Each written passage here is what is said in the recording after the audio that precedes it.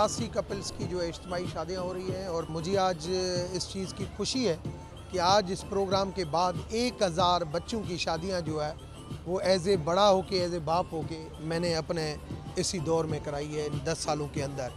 और मैं समझता हूँ समाजी लेवल पे ये बहुत बड़ा काम है।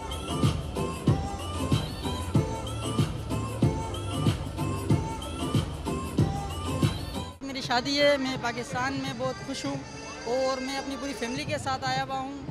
और जो है कि ये पाकिस्तान स्टेट में जितनी भी शादियाँ हो रही हैं, इन सब के साथ मेरी शादी हो रही है, तो इसमें मेरे को बहुत खुशी हो रही है।